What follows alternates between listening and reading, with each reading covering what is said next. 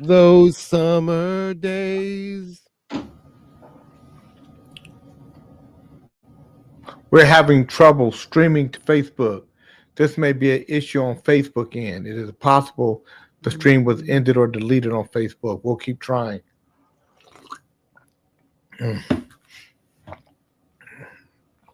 You see that snitch? Yeah. Yes, I see it. It's a nuisance. It's a nuisance. It's not on the Facebook side. That's what I told them earlier. I put a work ticket in. I told them it's not because it's affecting YouTube. So that doesn't make sense to me. But it looks like it's just one of my Facebook pages. it's your personal page. No, it's not my personal page. It's not another the page. It's the group page. It looks like it. Yeah, it's the personal page. It's been your personal page all these other days. So I sorry for assuming. All right, let me come off of here. I'm gonna go back in the back and figure it out. Yeah, I'm on the personal page. I can see it. All right, well that's good. So it's the group page this time around. Mm-hmm. How you doing, Mike? I'm good, Jay. Good day. Good day to you, sir. I think I owe you some money, Mike. Yeah, we're gonna figure it out. We're good. It's just good to talk to you. It's good to talk to you too as well. We see we lost another. Do you know how great of a musician or how much of an impact Sly Stone had on our business? He don't get credit for it. But yeah, you know, he's got some really good songs. Yeah. But you know, when they throw you away, they throw you away.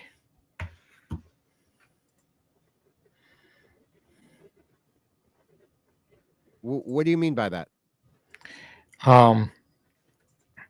When they throw you away, when they don't want, you know,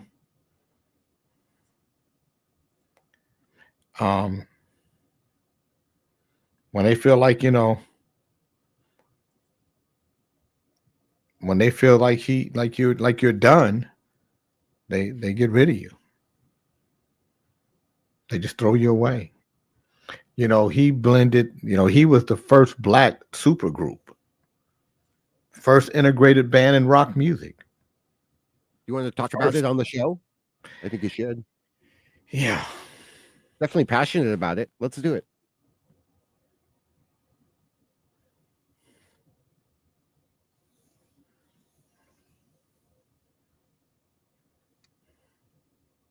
So just so you know, Lathers, it's affecting your personal page also. So I anticipate it's going to go down because it's fumbling now where I'm trying to do what I typically do. So what we do have is YouTube, and I could I'll make an adjustment. So well, everybody it look like it's on right now. I know, but it's when I go to do what I typically do is spinning, and that's what it's been doing over a period of days now. And then it won't let me do what I need to do so that everyone can see you. So perhaps at the end of the show today, we could just reboot everything. What I mean by that is do what we typically do, where it sends you a code, but we can worry about that later. We'll get it. They'll fix it, and we'll get it. Thicker than the mud. It's a family affair. But Sly Stone might get us kicked off a fake YouTube. I know. Okay. Thank you. I'm sprinkling it. Okay.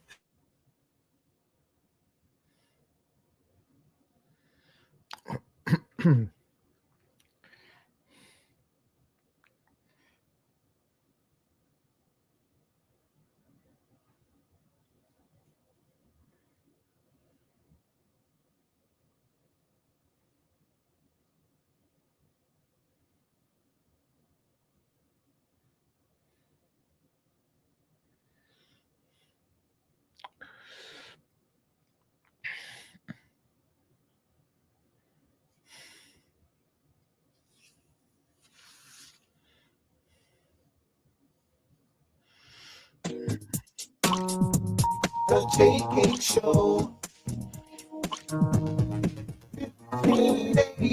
KBLA. J King Show.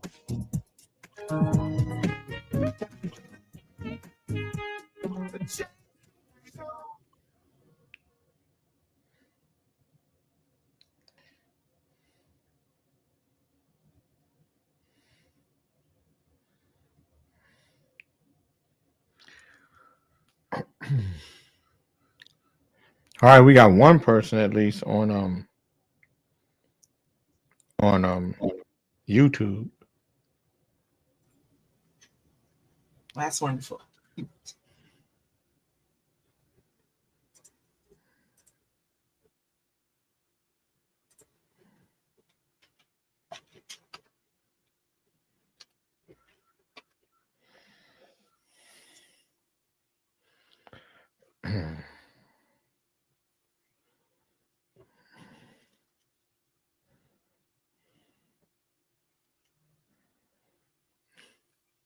People don't realize, Stan, the album Stan was made in 1969. Wow. It's just how he made music sound.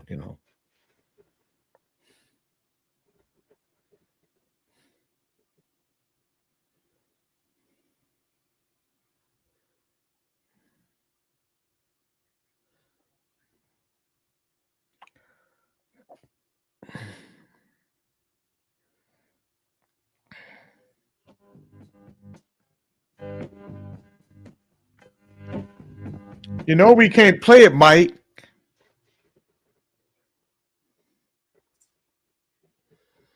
You got to add it afterwards.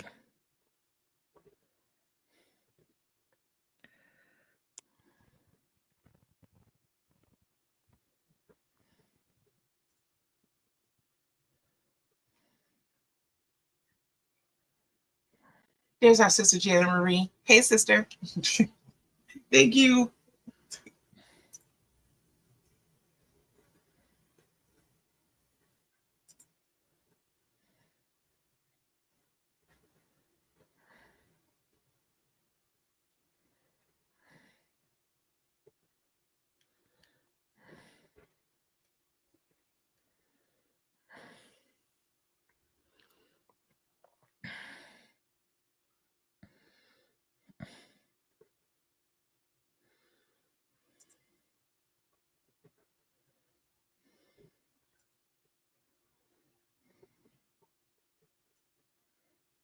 Looks like 2 minutes, Jay. Okay.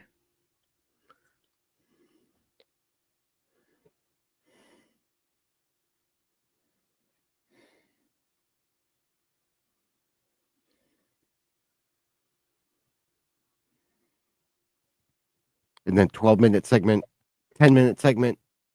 We'll do a 9 and a 4.5 and 4.5. So was it, said again, 12 minutes, 12 and 10, 12, 10, and then 9, 4.5, 4.5. Yeah.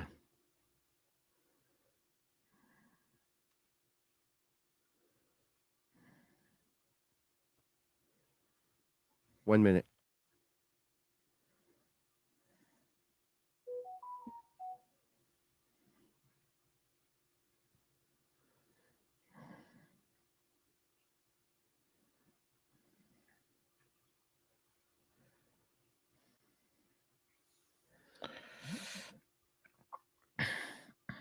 You ready? 30 seconds. So how do I take this off so I can see what people are saying? How do I take this? What is it that you see? Okay. I have reverb amplifier and a diamond head needle on my Pioneer turntable. It was 7. Okay. All right, Jay, here we come. Okay. 3, 2, 1. The J King Show. Good morning, good afternoon, good evening, whatever it is for you, make it good. My name is Jay King. Welcome to the Jay King Show at KBLA Talk 1580. We got a good one for you today. We're going to talk about songwriting and publishing. This is part 2 to what we did last week. We're going to cover on this particular segment, writer splits and publishing splits. How do you get to it? How do you know how to split a song when you have uh, uh, samples in them, or when you have reinterpolations? All that stuff, we're going to cover it. My name is Jay King. I'm the president and CEO of the California Black Chamber of Commerce. I'm also the leader and creator of the group Club Nouveau.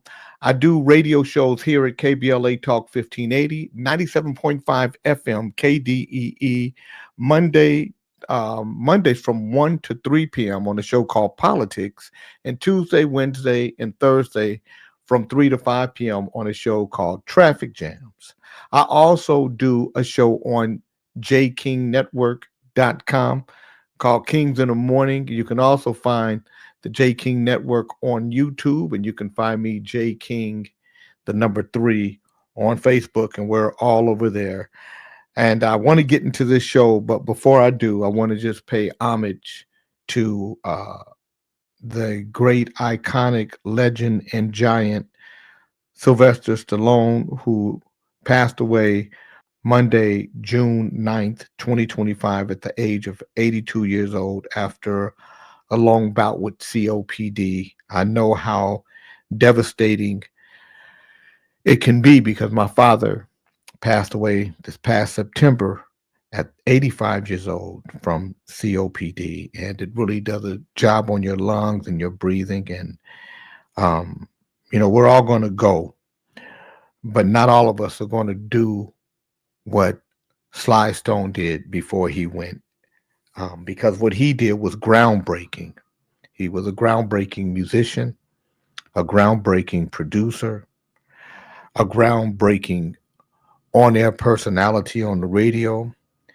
He had the first integrated band in rock history, the first band that featured black, white, male, female musicians playing frontline parts, not as singers, but as musicians.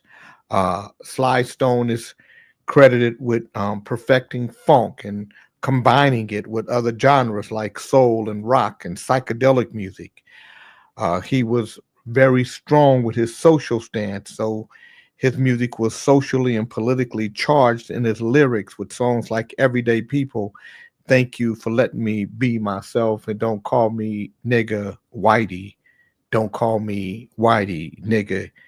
So he produced some of the most influential music and innovative music from the 1960s and 70s. He was diverse. He was powerful. The album Stand was a breakthrough album and is considered a classic. As a matter of fact, it sold a gold album, which was 500,000 units at that time. By 1986, it had sold another 500,000 records, but by the end of 1986, it had sold an additional 3 million albums, making it one of the greatest albums and biggest albums of the 60s. He is going to be missed and always be loved. The irony to him and what we're going to talk about today is Sly Stone did not own his publishing, because of the time that they lived. Managers would take publishing from artists, and so publishing controls all administrative rights to a composition, including the writer's share. So the publisher pays the writer. So even if you are a writer that owns half of your publishing with the publisher, and you own 100% of your writers, you control 75% of the total earnings of each of your compositions. And yet the publisher, who controls the administration, owns the right to administer, they pay you your 75% while they keep 25%. It is the way the business has always been. And there's a plus and minus to having a publisher. We're going to get into that. And but we're going to really talk about writing splits and what it means. When Sly Stone made records, publishing and writing was a penny. It wasn't until the Copyright Act of 1976, which went into effect in 1978, that writing and publishing went up every 2 years by a half a cent or so. And today, publishing and writing is a dime. Doesn't sound like a lot until you start multiplying it by how many records they sell. So if somebody sells 1 million records, every song on that album is worth $100,000 just on that album alone.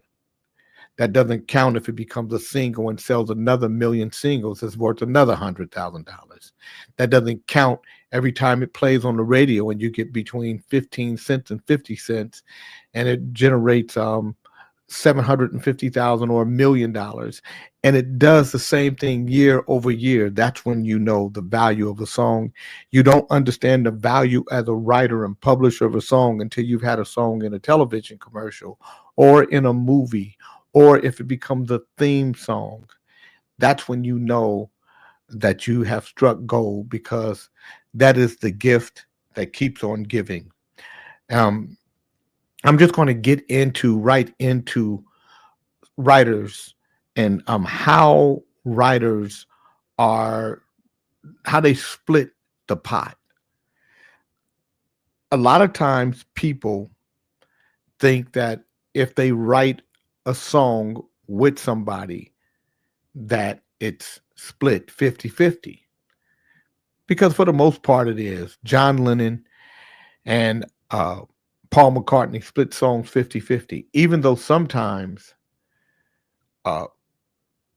John wouldn't be there when Paul was writing, and Paul wouldn't be there when John was writing. They still split 50-50. That was their partnership.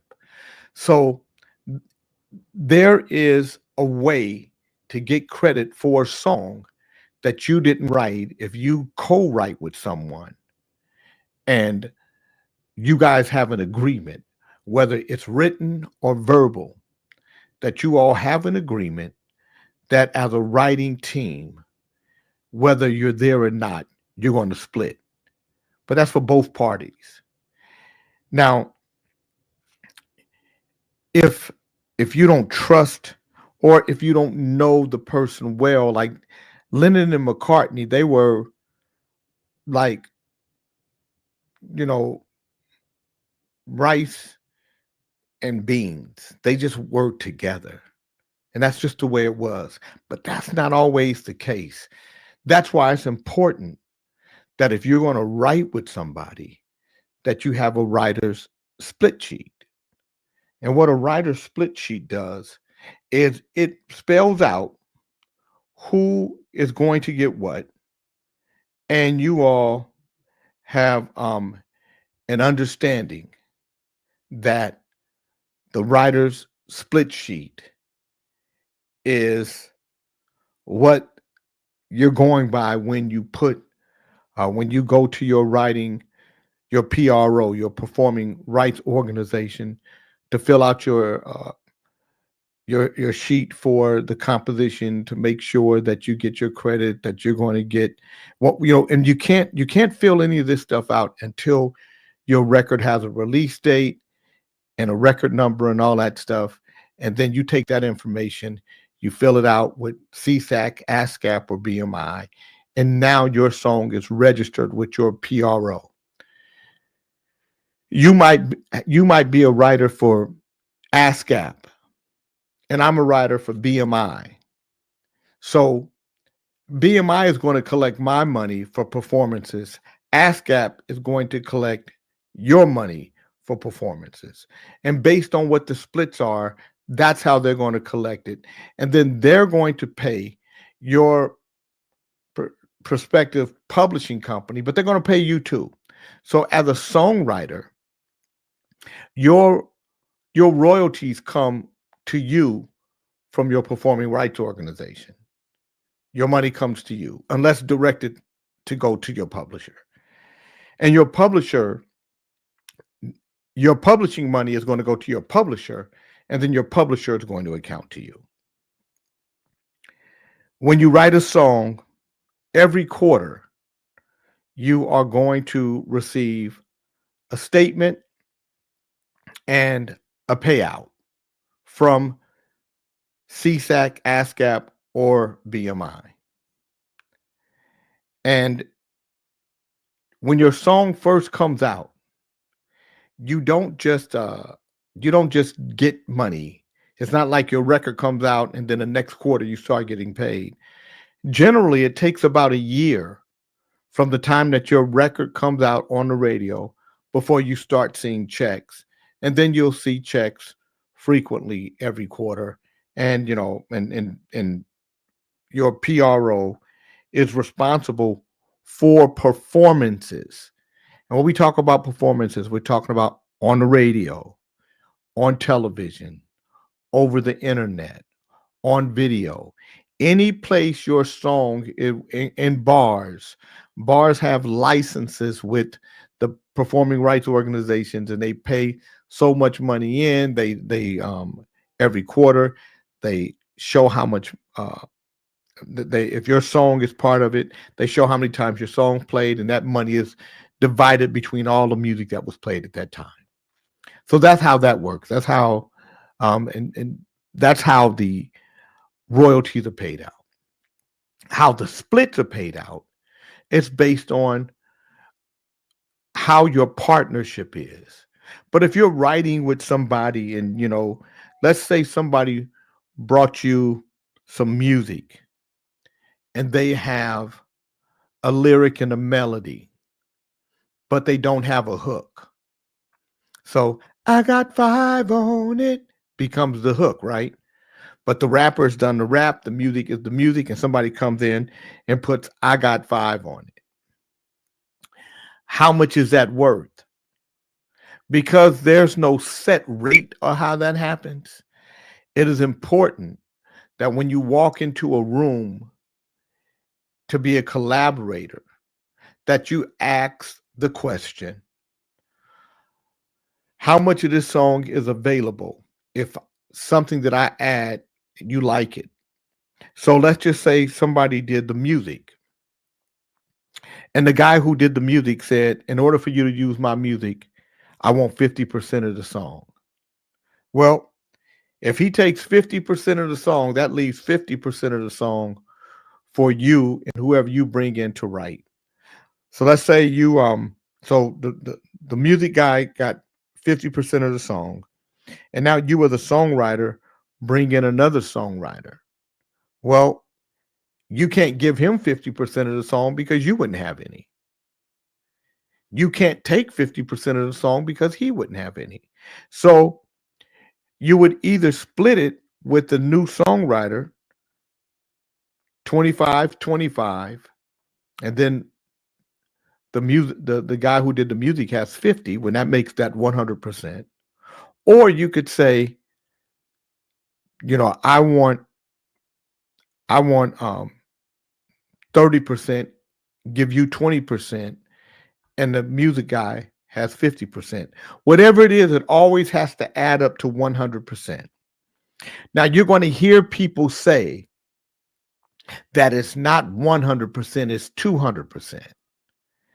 And the reason why they say that is because it's the simplest way for people who don't understand the whole mechanical process of it to understand it. So they say 100% is publishing and 100% is writing.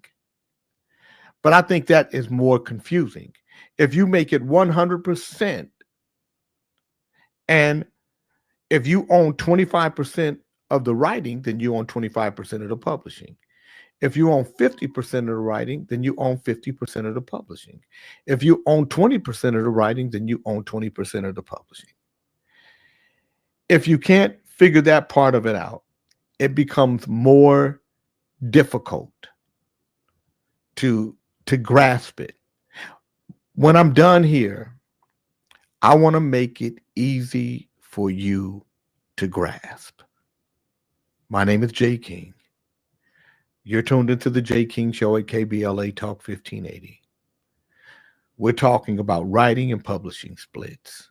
When we get back, we'll get into it. Mike, you can send me a text and tell me because I got my phone. Okay. No, I was gonna let you go that first one. That was good. Good time. Okay, how many minutes do I have on this next one? I like it. That was yeah. You can go. Let's just rock How many? another 8 minutes. 8 minutes? Yeah. Okay. All right. Thank you. Anytime. You're tuned into the Jay King Show at KBLA Talk 1580. My name is Jay King. We're talking publishing and splits, publishing splits, writing splits. How do you get to it? What's the easiest way to do it? The easiest way is to walk into it and say, hey, you guys, we're going to split this song evenly. That means if it's 4 of you, it's 25, 25, 25, 25. If it's 5 of you, it's 20, 20, 20, 20. If it's 3 of you, it's 33 and a third, 33 and a third, 33 and a third. If it's 2 of you, it's 50, 50. But it doesn't always go that way. There's always somebody who thinks that they're doing more. And so the idea is to get into it early on. Don't wait. Don't guess. Really get into it. I'm gonna give you an example. I was riding home one day with some friends coming from an event for the California Black Chamber. And one of the people in the car with us, she was a songwriter. And she said, I have these lyrics I would love for you to look at. And so she showed me the lyrics, and I say, I have a song, some music that I'm working on. It was a song that me and DOA had worked on, music that he and I done. We were 50-50 writers. It was a song that I started, but DOA came in with me, and we worked it all out, and it was 50-50. And so I started singing her lyric. I made a melody. You are the love that I'm in, the words in my pen. She had these words. Some of the words were kind of girly. And I said, I would have to change some of these words, but I think I can make this work. And we wrote this song right here.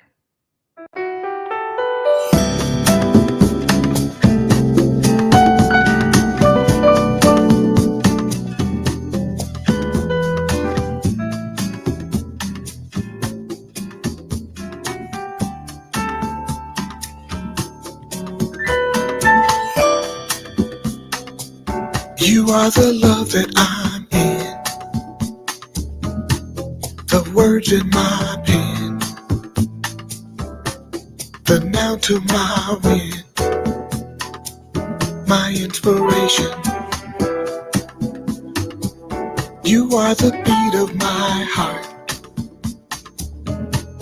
the sweet to my tart, the pain of my art, my vision. Will you marry me? Will you be my queen? Apple of my eye.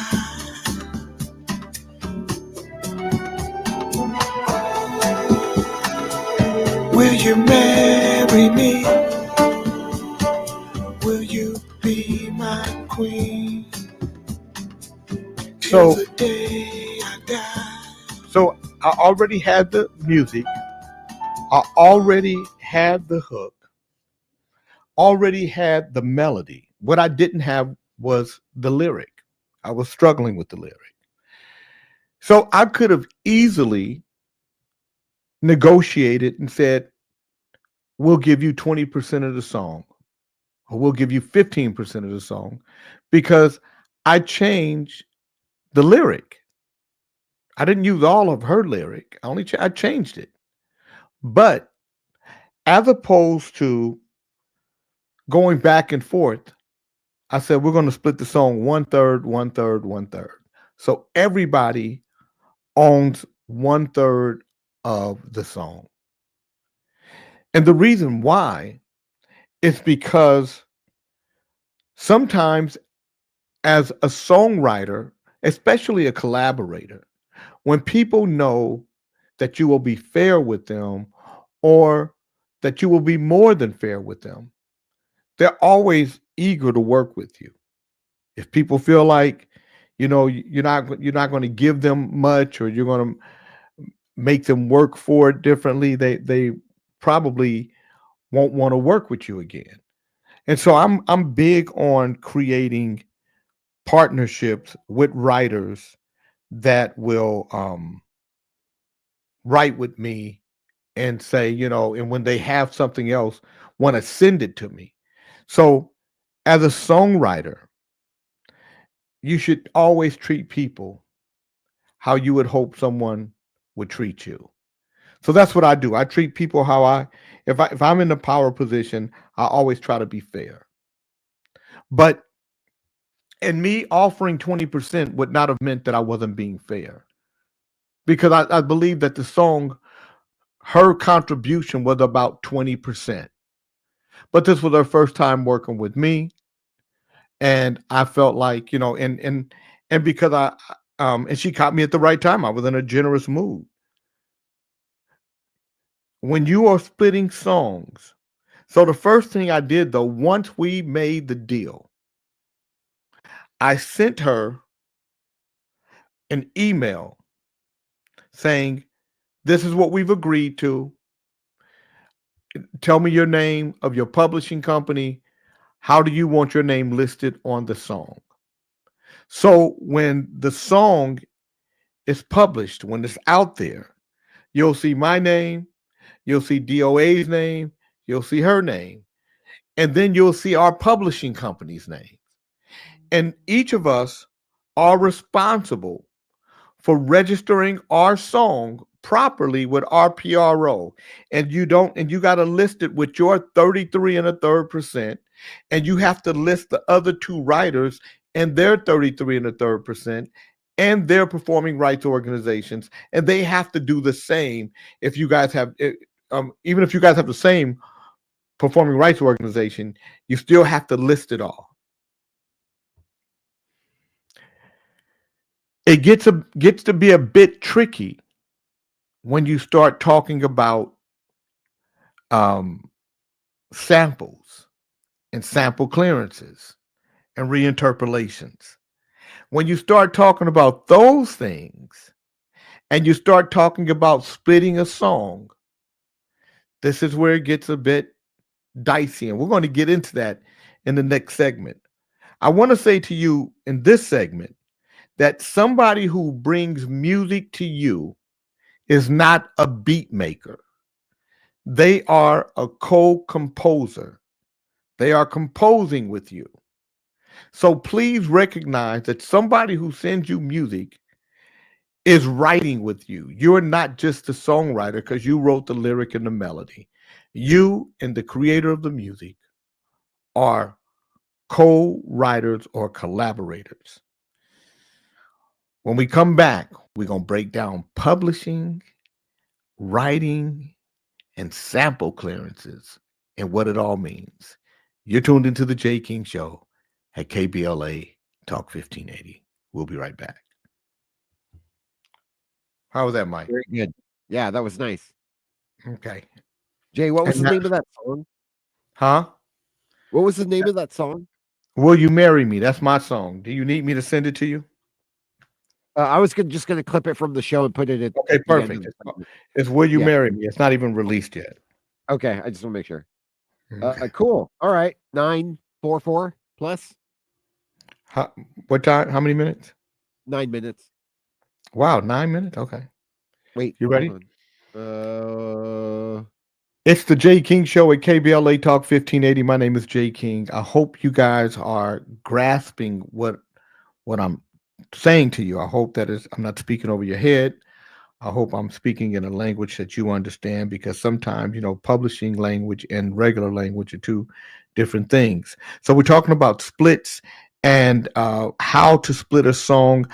I think the easiest way, especially if you guys are friends and you're working together a lot, is to just make it an even split. If it's 6 people, divide 100 by 6. If it's that's 16.66, I believe it is. But that's times 6, 96.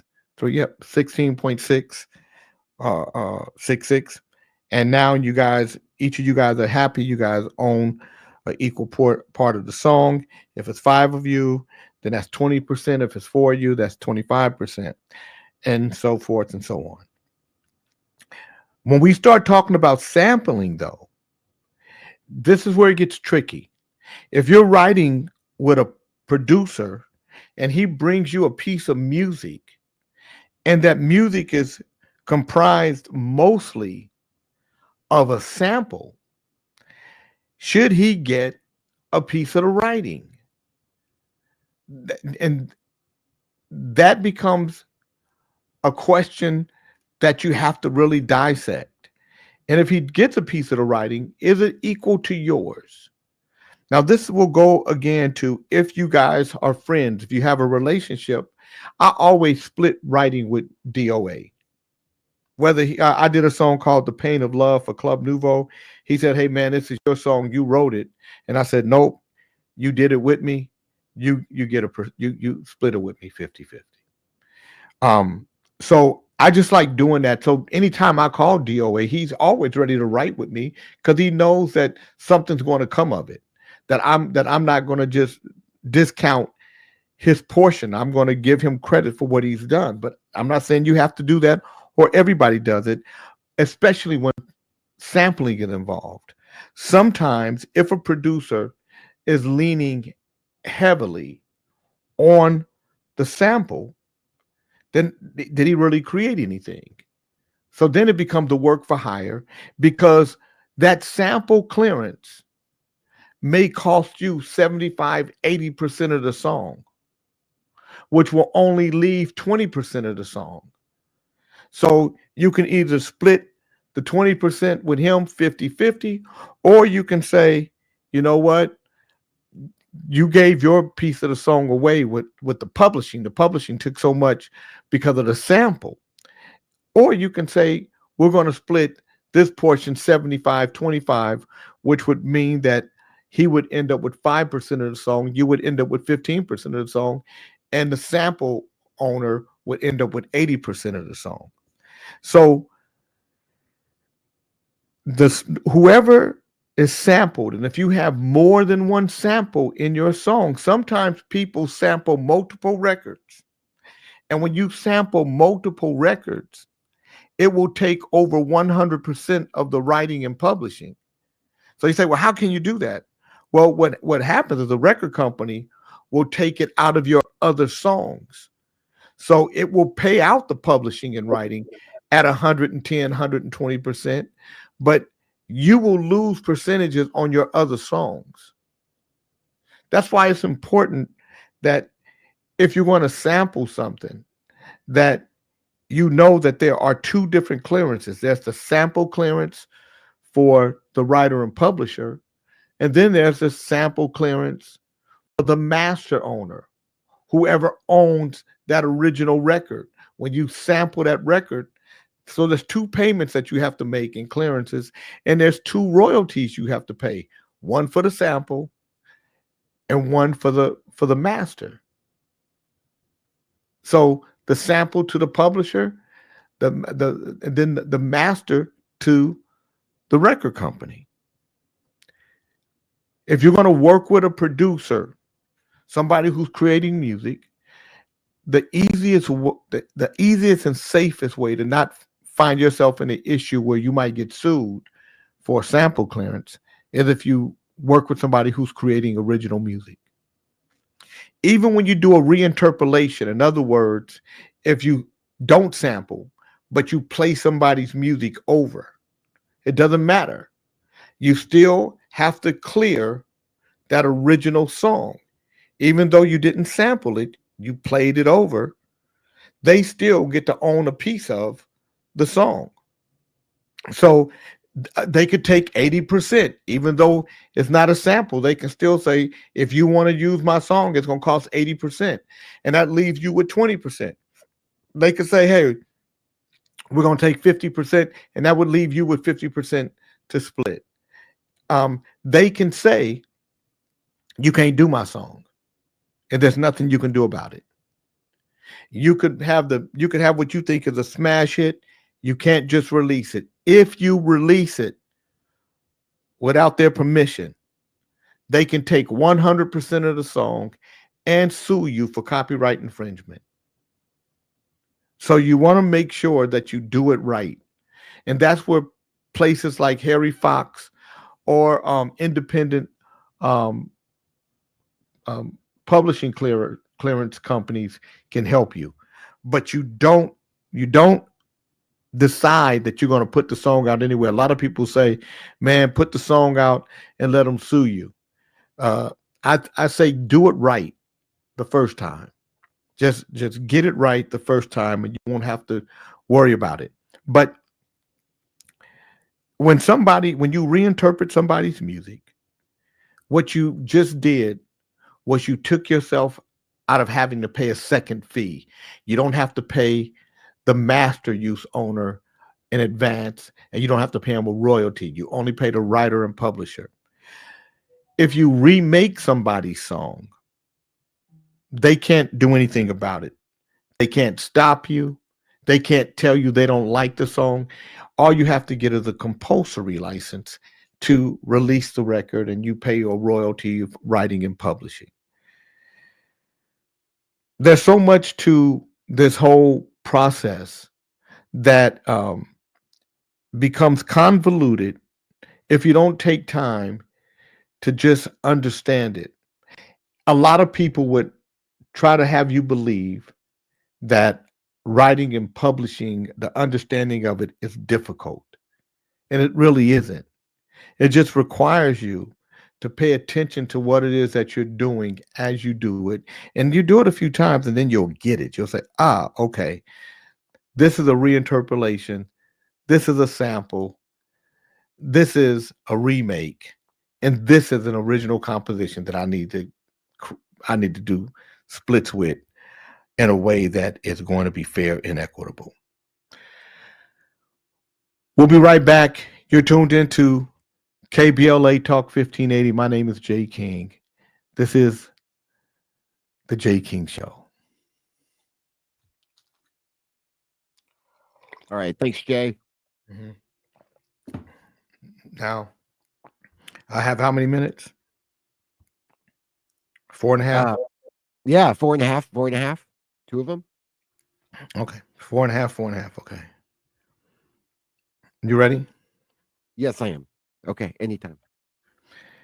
You're tuned into the Jay King Show at KBLA Talk 1580. And we're talking copyright law. We're talking writing and publishing.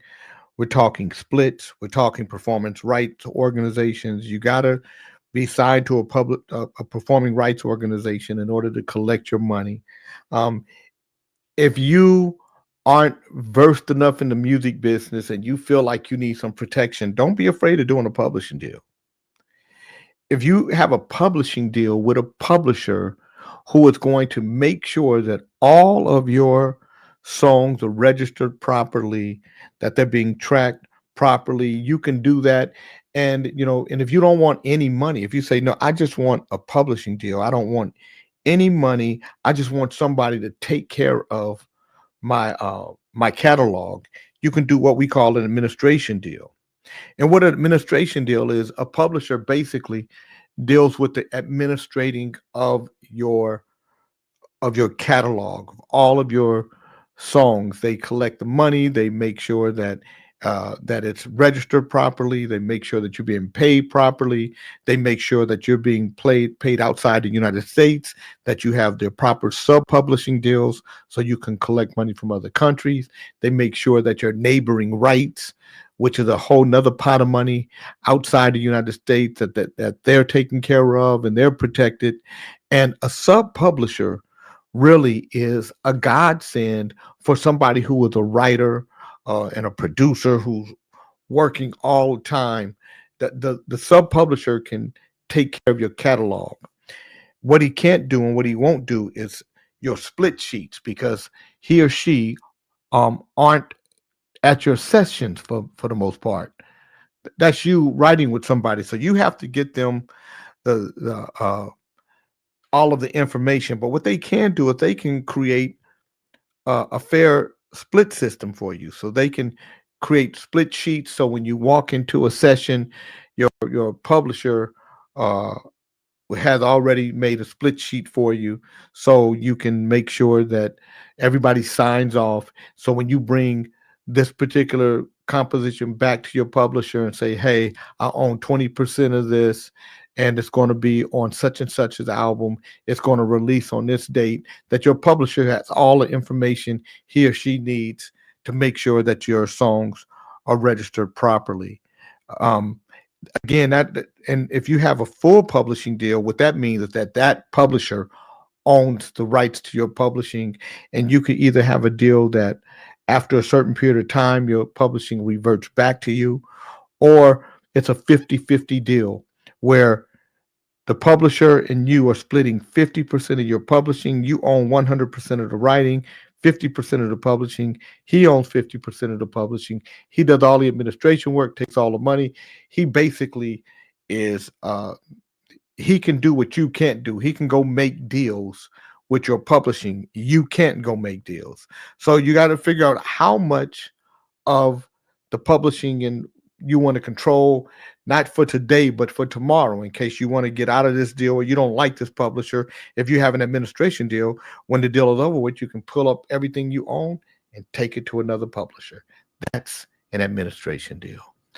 When we come back, we're going to tie this thing in a bow and tell you how and why publishing is so important. We will be right back. Good. Cool. You ready? Yes, I am. Anytime. Okay. 41. It's the J King Show with KBLA Talk 1580. I hope you guys were like this show. I hope that it gave you some information that you didn't have before, gave you a greater understanding of songwriting and publishing and splits and trademarks and all of it. The way you value the contribution to a song is, it's not made in a box. It is it's customized based on how you and the creative team that you're working with work. There is a lyric, there's a melody, there is the beat, there is the hook, there is arrangements. All of these things have value, and how you value these things are unique to your process. So for me, I don't know your process, and I don't know if you even have one. But if you don't, you want to create a process. You want to do as much reading about writer splits as much as you can. I say best practice is always to just split evenly between all of the writers involved. And it may mean one day that your contribution was greater than somebody else's, but the next time around, especially if you're writing with the same people, somebody else might have a greater contribution than you. But it won't matter, because you guys split evenly and equally, and it helps make the partnership move nice and easy. So that's what I like to do. I like to write by myself, but I also love to collaborate. I do a lot of collaborating, and I don't mind when I get stuck in a spot like I am with a song I'm working on now, that I won't bring in a writer like I'm bringing in tomorrow to help me get past this impasse to get this song where it needs to be. It's bigger than just credit and how much I own. It's how great of a sound I can create, how great of a lyric can I create? And sometimes it won't come from me. Will You Marry Me? The lyric really came from the meat of it, from the young lady who brought the song. I was just able to fashion it to my melody and to my need. But the lyric was nice, and I just added on to what she had already built. And then I made her words that were just words on a piece of paper until I gave it a melody, put music around it, and created a song. You've been listening to 97.5. I'm sorry. You've been listening to, I'm sorry, Mike. You've been listening to 1580 KBLA. I'm sorry. You've been listening to KBLA Talk 1580, the Jay King Show. My name is Jay King, and I hope you enjoyed this show on songwriting and publishing, the splits. How does it work and what does it mean? I'll see you next time.